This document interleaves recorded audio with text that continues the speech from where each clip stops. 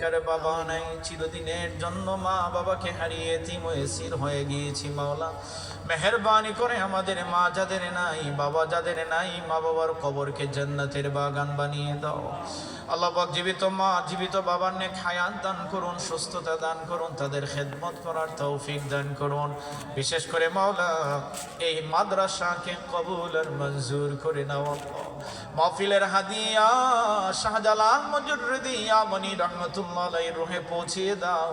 মুর্শিদুনা শামসুল উলামা আল্লামা ফুলতুলি সাহেব কিবলা রাহমাতুল্লাহ আলাইহির রূহে পৌঁছিয়ে দাও। বিশেষ করে মানিক শাদিমাপুর গ্রামের মুর্দাদের কবরের আযাব মাফ করে দাও আর কবরকে জান্নাতের বাগান বানিয়ে দাও। আখিরি গুজারিশ মালিক আল্লাহ, আমাদেরকে মক্কা মদিনা শরীফ জিয়ারতের জন্য কবুল করে নিন আল্লাহ। আল্লাহ তাআলা মওতের সময় দৌলতে ঈমান দিয়ে কবরে বিদায় দিয়ে কালেমা তাইয়্যিবে পড়ায়